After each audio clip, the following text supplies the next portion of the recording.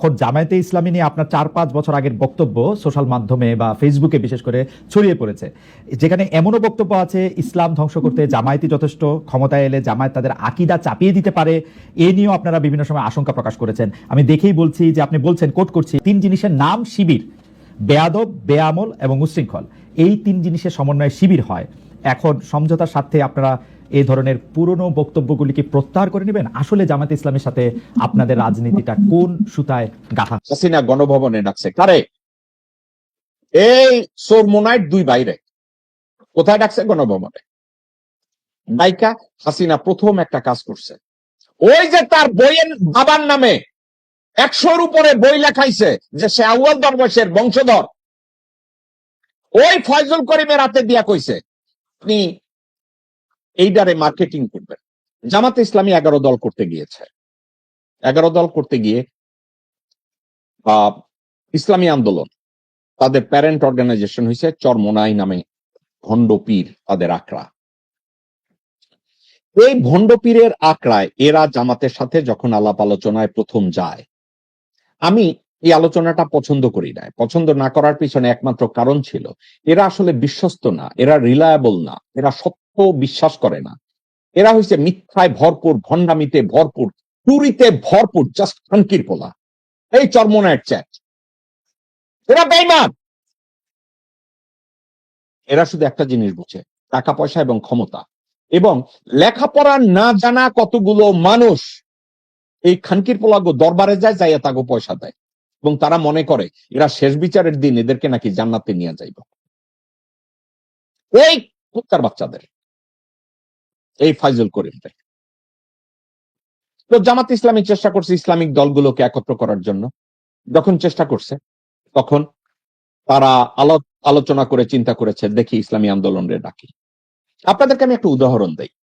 এরশাদের সময় 1800 তারা একটা পার্টি করলো, জাকের পার্টি। পুরা বাংলাদেশে তারা পার্টির নমিনেশন দিল। আপনাদের মনে আছে জাকের পার্টি কতগুলো নির্বাচন করে কয়টা আসন পাইছে?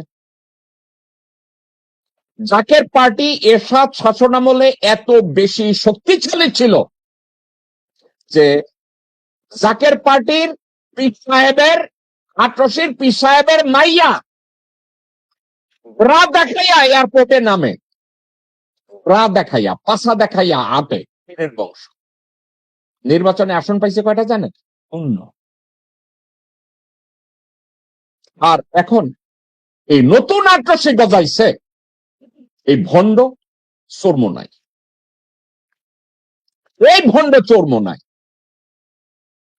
হাসিনা এই যখন ওইখানে কিছু রাজনৈতিক দল করছে ইসলামী আন্দোলন, হাসিনারে বুদ্ধি দিছে জাহাঙ্গীর কবির নানক, কইছে যে এই মাদারবোর্ড আপনি যদি ডাইকে একটু মাথায় হাত বুলাইয়া দেন, আরে দিয়ে আপনি যা কিছু কইতে পারবেন, যা কিছু আলাপ আলোচনা করাইতে পারবেন।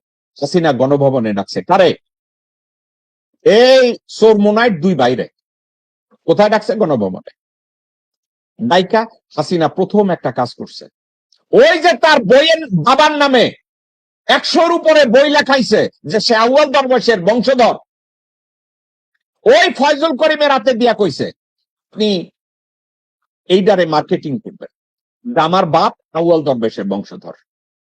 এই সর্বনাই ফয়জুল করিম যেইখানে মাহফিল করতে যায়, ওইখানে যাই এই কয় মুজিব শেখ ছিল আউয়াল দরবেশের বংশধর, নাম কয় স্লোগান দিয়া।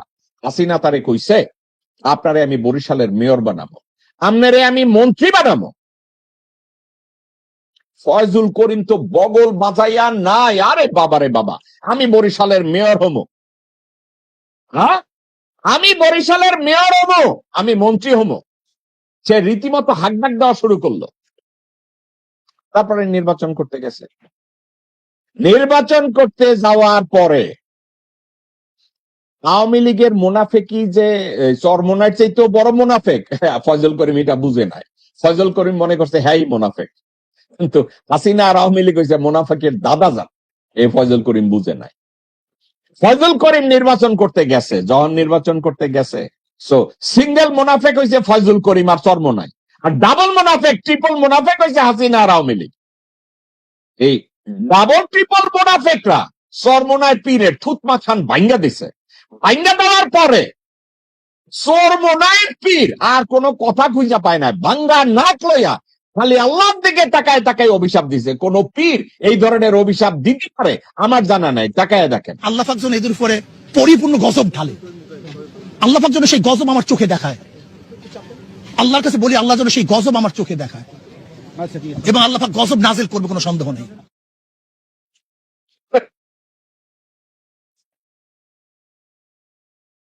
শকুনের দোয়ায় কোনোদিন গরু মরতে দেখছেন? শকুনের দোয়ায় গরু মরে না। এই মুনাফেক, এই সিঙ্গেল মুনাফেক যখন ডাবল মুনাফেকের সাথে কথা কাম করতে গেছে, আওয়ামী লীগ এবং হাসিনা ওরে তুতমা ফাটাইছে। এইবার জামাতের লগে সে প্যাক্ট করতে যায়, কয় আমার 150টা সিট দিতে হইব। এই জাকের পার্টি 2।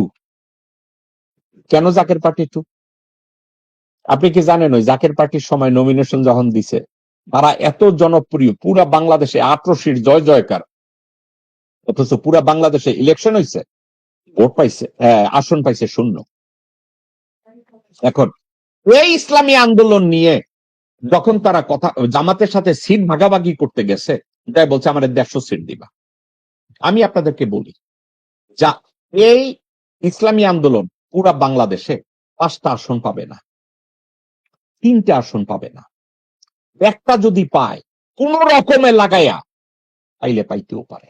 আর আদৌ অবাক হয়েন না এরা যদি একটা আসনও না পায়। আমি নির্বাচনের পরে আমি এই চরমুনাইরে নিয়ে আমি বলবো তখন যে আপনারা তো 88 চেয়েও খারাপ। এখন 88, সরি, এই চরমুনাই তাহলে এটা হইলো কেন হইছে সেটা শুনেন। এই চরমুনাই যখন জামাত ইসলামের সাথে 11 দলীয় জোট করতে গেছে, তারেক রহমান এবং তার দল চিন্তা করছে, খাইছে তো এই চরমুনাইও যদি এখন জামাতের সাথে যায় তাহলে তো আমাদের সরকার গঠন করা সম্ভব হবে না, তাইলে এখানে আমি একটু মূলা ঝুলাই। হাসিনা ওই যে গণভবনে ডাইকা মাথায় হাত বুলাইয়া দিছে। তারেক রহমান কি করছে, নান্দির ঘরের 2 বান্দিরে পাঠাইছে চরমুনাইর এদের লগে কথা কইতে। নান্দির ঘরের 2 বান্দি এই চরমুনাইর লগে বৈশা কি কথা কয়, আতন নিয়ে কথা কয়। দেখ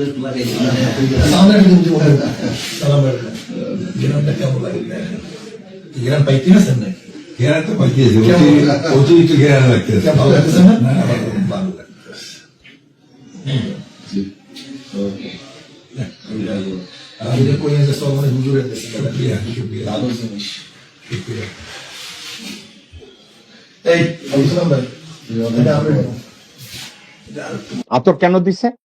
একটা কারণে, তারা যদি এর নাম কি ফাইজুল করিম রে জামাতের কাছ থেকে সরায় নিতে পারে, তাইলে জামাতের আসন তারা মনে করলো বেশ কিছু মানে চরমুনাইরও তো ভোট আছে, গ্রামে গঞ্জে কতগুলো অশিক্ষিত লোকজন আছে যারা তাদের ওখানে গিয়ে চাটে, তো তাদের ভোটগুলা সরাই দিল জামাতের কাছ থেকে। এটা বিএনপির টার্গেট, ওই টার্গেটে তারা জামাতকে সরাই দিছে। এখন আমি জামাতকে কৃতিত্ব দেব না, তাদের ব্যর্থতার কথা বলবো, আমি দুইটার একটাও বলবো না। জামাত এখনো আশা করে যে ফাইজুল করিম হয়তো এটা বুঝা ব্যাক করে আসবে।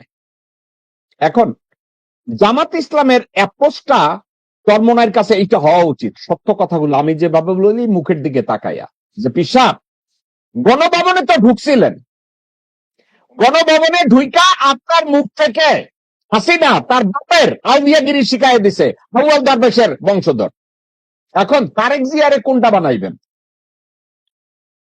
আলটিমেটলি চরমোনাইর এই লোকজনরা একটা জিনিস বুঝতে ফেল করছে, সেটা কি জানেন? এই বিএনপি যাদেরকে শরিক দল হিসাবে নমিনি করছে না, যেখানে যেখানে নমিনি করছে প্রত্যেকটা জায়গায় ওই নমিনির চেয়ে বিএনপির যে বিদ্রোহী ক্যান্ডিডেট যাদেরকে দিচ্ছে তারা বেশি শক্তিশালী।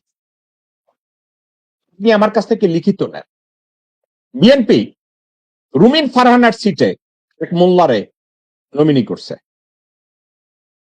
উপর থেকে রুমিন ফারহানাকে বহিষ্কার করছে। আপনি মোটেও অবাক হব না, বিএনপি রুমিন ফারহানারে বলছে তুমি ইলেকশন করতে থাকো, তোমারে আমি পয়সা দিব, তলে তলে সাপোর্ট করবো।